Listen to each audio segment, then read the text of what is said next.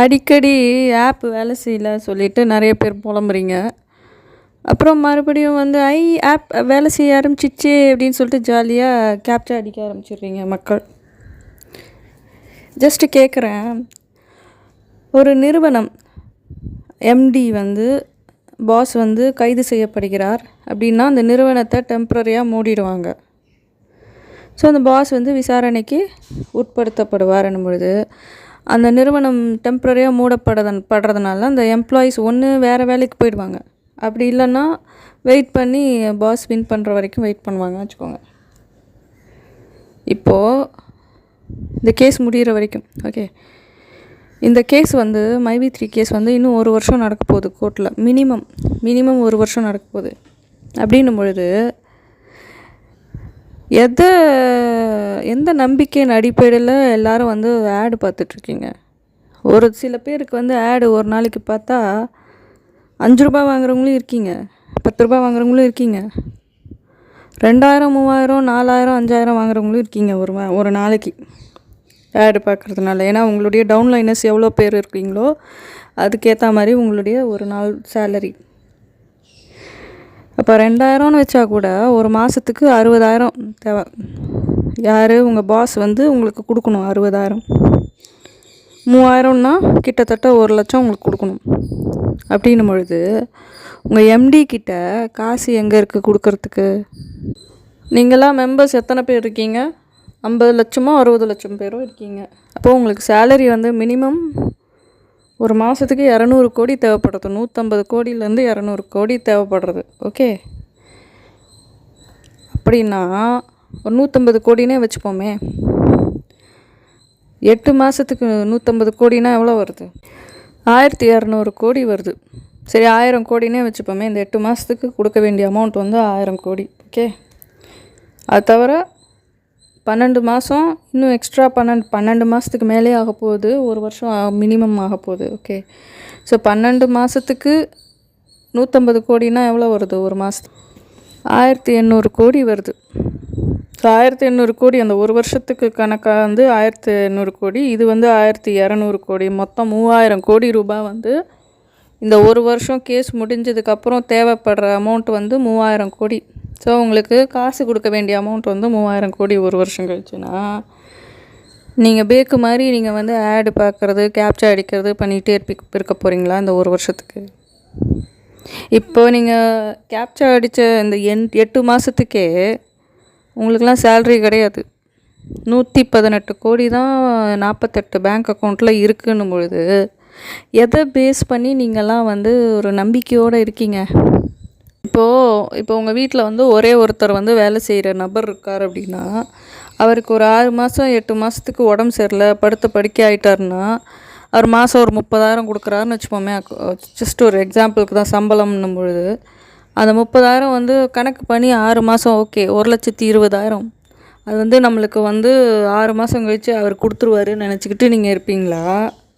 இல்லை அந்தந்த மாதத்துக்குள்ள செலவை நீங்கள் வேறு வழியில் எப்படி இது பண்ணுறதுன்னு பார்ப்பீங்களா? கண்டிப்பாக அந்த படுக்கையாக இருக்கிற நபரால் வந்து சம்பாதிச்சு கொடுக்க முடியாது. இந்த 6 மாதம் சேலரி கட்டு தான். ஓகேவா? 6 மாதம் சேலரி அது கட்டு தான். அதே தானே அந்த பாஸுக்கும். இப்போ 8 மாதம் இந்த நிறுவனத்திற்கு வருமானம் கிடையாது. 118 கோடி தான் அந்த அக்கௌண்ட்டில் இருக்குன்னும் பொழுது இன்னும் 1 வருஷம் இந்த கேஸ் நடக்க போகுதுன்னா இந்த 1 வருஷமும் வருமானம் கிடையாது. அந்த நிறுவனத்திற்கு வந்து இந்த 1 வருஷம் வந்து வருமானம் இல்லைன்னும் பொழுது ப்ளஸ் 8 மந்த்ஸ், ஸோ கிட்டத்தட்ட ஒரு 2 வருஷம் கிட்ட, ஒரு வருஷம் 8 மாதம் வந்து இந்த நிறுவனத்திற்கு வருமானம் கிடையாதுன்னும் பொழுது நீங்கள் கேப்ச்சா அடிக்கிறதுனால எங்கேருந்து காசு கொடுப்பாங்க? எந்த ஒரு நிறுவனமாக இருந்தாலும் ஒரு லாஸுன்னு ஒன்று வரும், ப்ராஃபிட் லாஸுன்னு ஒன்று வரும். இப்போது இவங்களுக்கு இன்கமே இல்லாத போது இவங்களுக்கு ப்ராஃபிட்டே கிடையாது.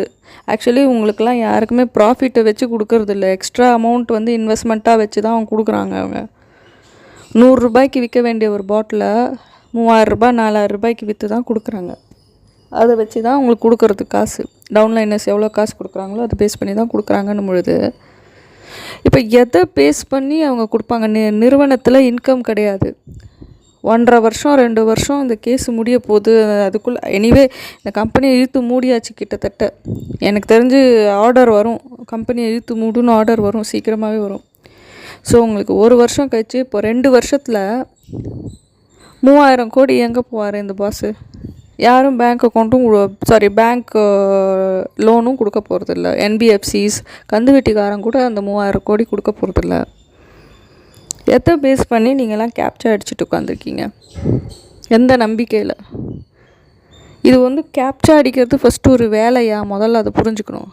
நீங்களாம் கேப்சா அடித்து வீடியோ பார்க்காம இருந்தாலே அந்த மனுஷனுக்கு செலவு கம்மியாகும். இப்போ 100 கோடி தான் கொடுக்கணும் எல்லாருக்கும், இல்லை 200 கோடி இல்லை 500 கோடினா கூட, ஒருவேளை இது நல்ல நிறுவனமாக இருந்துச்சுன்னா இந்த பாஸ் வந்து வெளியில் வந்தால் கூட காசு கொடுக்கறதுக்கு சான்ஸ் இருக்குது.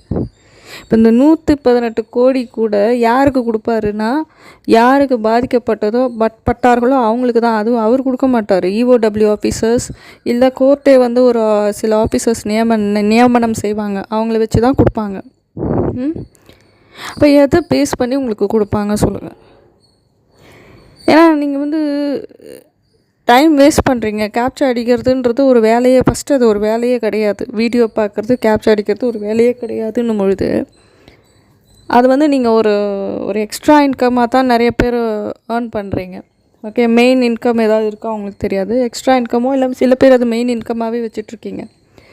அப்படின்னும் பொழுது நீங்கள் வேறு சோர்ஸ் ஆஃப் இன்கம் பார்ப்பீங்களா? இல்லாட்டி இந்த கேப்சா அடித்து வீடியோவை பார்த்து இதில் இன்கம் வரும். இன்கம் எப்படி 2 வருஷம் கழித்து வரப்போகிற அமௌண்ட்டு அது கூட வராது. ஏன்னா அந்த பாஸ் வந்து ஆல்மோஸ்ட் இது முடிஞ்சிடுச்சு, இந்த கதையே முடிஞ்சிடுச்சு. இந்த 1 வருஷம் இப்போ 8 மாதத்துக்கே இன்கம் வந்து 118 கோடி தான். இன்னும் 1 வருஷத்துக்கு அப்படியே விட்டிங்கன்னா அப்படியே தான். இது செயல்படாத நிறுவனம் என்னும் பொழுது ஒரு பைசா கூட வரப்போதில்லை. இப்போ 2000 கோடி 3000 கோடி மக்களுக்கு கொடுக்கணும், மைவி3 ஆட் மெம்பருக்கு கொடுக்கணுன்னா எப்படி கொடுப்பாங்க சொல்லுங்கள்? எங்கே இருக்குது காசு? பணம் எங்கே கொட்டி கிடக்கிறது என்று நீங்கள் சொல்லவும். நீங்கள் ஒரு பிஸ்னஸ் பண்ணுறீங்க, அந்த பிஸ்னஸ் செயல்படவே இல்லை. உங்களுக்கு கீழே ஒரு 4 பேர் வேலை செய்கிறாங்க அப்படின்னும்பொழுது அந்த 4 பேருக்கும் எப்படி நீங்கள் வந்து சேலரி கொடுப்பீங்க? உங்கள் நிறுவனம் வந்து வேலை செய்யாத போது இன்கமே இல்லை, போயா நாங்கள் வேறு வேலை பார்த்துக்குறோன்னு சொல்லிவிட்டு அந்த ஊழியர்கள்லாம் ஓடி போயிடுவாங்க. ஆனால் உங்களுக்கு மட்டும் எப்படி நம்பிக்கையோடு நாங்கள் கேப்சா அடிப்போம், நாங்கள் வீடியோ பார்ப்போம், டெய்லி எங்களுக்கு காசு கொட்டி கொடுப்பாரு எம்டி அப்படின்னு சொல்லிட்டு மாதம் இந்த நிறுவனத்தில் 3000 ரூபா சம்பாதிக்கிறவங்க கூட இந்த 18 மாதத்தில் 54,000 இல்லை 60,000 வாங்கணும் காசு. 50,000 54,000 ரூபா அவனுக்கு காசு கொடுக்கணும் மைவி3 நிறுவனம். வெறும் 3000 சம்பாதிக்கிறவனுக்கே.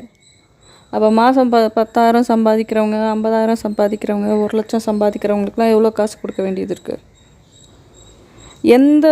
அப்போ எவ்வளோ பணம் வந்து தேவைப்படுறது உங்களுக்கு? சேலரின்ற பேரில் கொடுக்கறதுக்கு எவ்வளோ பணம் தேவைப்படுகிறதுன்னும் பொழுது மைவி3 நிறுவனத்திற்கு நீங்கள் இன்னும் பேர்டனாக தானே இருக்கீங்க. இன்னும் அந்த நிறுவனத்தை இன்னும் கஷ்டப்படுத்துகிற மாதிரி தானே இருக்குது. நான் வந்து இப்போ எம்டிக்காக வருத்தப்பட்டு சொல்லவில்லை.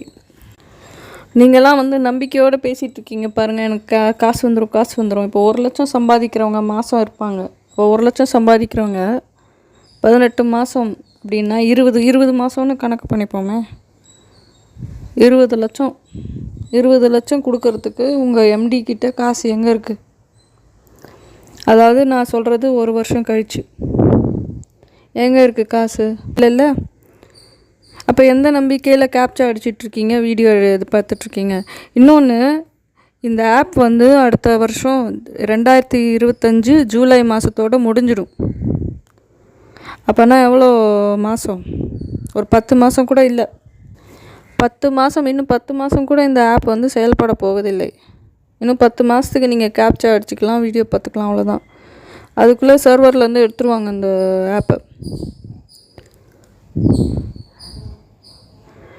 இப்போது பெயில் அவர் கேன்சல் பண்ணது கூட இது கூட ஒரு ரீசனாக இருக்கலாம். ஏன்னா இப்போ வரைக்குமே 1200 கோடி கொடுக்க வேண்டியது இருக்குது உங்களுக்கெல்லாம்.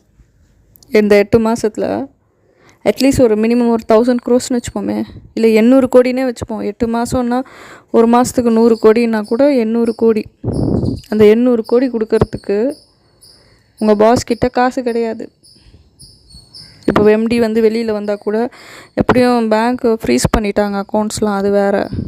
அந்த 800 கோடி கூட கொடுக்க முடியாது, அந்த 100 கோடி கூட கொடுக்க முடியாது. இப்போ அதான் விஷயம். அந்த பேங்க் அக்கௌண்ட்ஸில் இருக்கிற 100 கோடி கூட உங்கள் பாஸால் கொடுக்க முடியாது. ஏன்னா ஆஃபீஸர்ஸ் வந்து பிளாக் பண்ணிட்டாங்க பேங்க் அக்கௌண்ட்டை, யூஸ் பண்ண முடியாது பேங்க் அக்கௌண்ட்டை. யோசிங்க மக்களே, கேப்சா அடிக்கிறது, வீடியோ பார்க்குறதெல்லாம் வந்து இது ஒரு தண்டமான வேலை. அதுவும் இப்போது இந்த நிறுவனம் வந்து ஒரு மோசடி நிறுவனம்னு அது மேலே ஒரு கேஸ் போயிட்டுருக்கு. ஆஃபீஸர்ஸ்லாம் விசாரணை செஞ்சிட்ருக்கும் பொழுது நான் நம்பிக்கையோடு நான் கேப்சா அடிப்பேன், என்னமோ ஏதோ வேலை பார்க்குற மாதிரியே பண்ணிகிட்ருக்கீங்களே. நிறுவனத்தை ஆல்மோஸ்ட் மூடிட்டாங்கன்னும் பொழுது அந்த நிறுவனம் செயல்படவில்லை, ஆப் செயல்படுவதனால ஒரு மேட்ரு கிடையாது. ஆப் வந்து அது கம்ப்யூட்டர், அது கம்ப்யூட்டரில் சர்வரில் அது இருக்குது அந்த ஆப்பு, அதனால் வேலை செய்யுது, அவ்வளோதான். அந்த ஆப்பை கொண்டு போய் சர்வரில் போட்டாங்க. அந்த சர்வர்லேருந்து ரிமூவ் பண்ணுறது ஒன்றும் கஷ்டமான வேலை இல்லை. அந்த சர்வர் நேம் அதை ரிமூவ் பண்ணால் போதும், சர்வர் அட்ரஸை ரிமூவ் பண்ணால் போதும், அந்த ஆப் சுத்தமாக ஃபுல்லாக க்ளோஸ். இப்போ கூட ரிமூவ் பண்ணலாம். ஆஃபீஸர்ஸ் அது செய்யலை, அவ்வளோதான். ஜஸ்ட்டு கூகுள்லேருந்து ரிமூவ் பண்ணியிருக்காங்க, அவ்வளோதான். ஆப்பை வந்து எந்த சர்வரோ அந்த சர்வர் நேமை ரிமூவ் பண்ணால் போதும், அந்த ஆப் வேலை செய்யாது. சரி, இருக்கிற வரைக்கும் இருந்துட்டு போட்டோன்னு விட்டுட்டாங்க. அதில் வந்து கேப்சா ஆயிடுச்சு. ஸோ அது ஏற்கனவே க்ரியேட் பண்ண ஆப்புன்றதுனால தான் அது வேலை செஞ்சிட்ருக்கு. மேபி அவங்க க்ரியேட் பண்ண பர்சன் அந்த ஸோ இல்லாமல் இருந்திருக்கலாம். ஸோ அதை ரிமூவ் பண்ணாமல் வச்சுருக்காங்க ஆப்பை. சர்வர்லேருந்து ரிமூவ் பண்ணுறது ஒரு வேலையே கிடையாது, ஜஸ்ட்டு ஒரு 5 நிமிஷம் வேலை. சர்வரில் அந்த சர்வர் நேம் ரிமூவ் பண்ணிட்டு ஆப்பு முடிஞ்சு போச்சு, ஆப் வெளியில் வந்துடும். உங்களுக்கு வந்து எந்த ஆக்சஸும் கிடையாது. இந்த 10 மாதம் தான் அந்த ஆப் இருக்க போகுது. ஏன்னா அது எக்ஸ்பைரி டேட் வந்து 2025 ஜூலை மாதம் வரைக்கும் தான். அந்த 2025 ஜூலை மாதம் வரைக்கும் நீங்கள் யூஸ் பண்ணிவிட்டு அடுத்த வருஷம் செப்டம்பரோ அக்டோபரோ இந்த தீர்ப்பு வருதுன்னு வச்சுப்போமே, ஒரு வருஷம் நடக்க போகுது இந்த கேஸு. அப்போ என்ன பண்ணுவீங்க? அந்த ஆப்பும் இருக்காது, அப்போ உங்கள் டேட்டாபேஸும் போயிடும், அதோட சர்வரோட டேட்டாபேஸும் போயிடும். என்ன பண்ணுவீங்க? இப்போ கூட அந்த ஆப்பை ரிமூவ் பண்ணாமல் இருக்கிறதுக்கு காரணம் வந்து எதுக்காக பண்ணலை ஆஃபீஸர்ஸ்னால், டேட்டாபேஸ்க்காக தான். எத்தனை மெம்பர்ஸ் இருக்காங்க, எவ்வளோ பேமெண்ட் பண்ணியிருக்காங்க, ஒழுங்காக அவங்க என்ன மாதிரி பேமெண்ட் கொடுத்துட்ருந்தாங்க, இது எல்லாத்தையும் செக் பண்ணுறதுக்கு தான். அதுக்கு தான் இன்வெஸ்டிகேஷன் போயிட்டுருக்கு. அதனால தான் அது ஆப்பை ரிமூவ் பண்ணாமல் வச்சுருக்காங்க. இது ஒரு வேலையே கிடையாது, ஆப்பை ரிமூவ் பண்ணுறது ஒரு வேலையே கிடையாது, ஒரு 5 நிமிஷம் வேலை தான் அது. இன்னும் அது நிறுவனம் வேலை செய்யுதுன்னு நினச்சிட்டு ஆப் வேலை செய்யுதுன்ற ஒரே ஒரு காரணத்துக்காக நிறுவனம் வேலை செய்யுதுன்னு நம்பிக்கையோடு இருக்கீங்களே. உங்களெல்லாம் நினச்சா எனக்கு புல்லரிக்குது, காமெடியாக இருக்குது. உங்களுடைய அறியாமையை நினச்சா ரொம்ப கஷ்டமாகவும் இருக்குது. ஏன் இப்படி இருக்கீங்க? யோசிங்க மக்களே. ஓகே, நன்றி.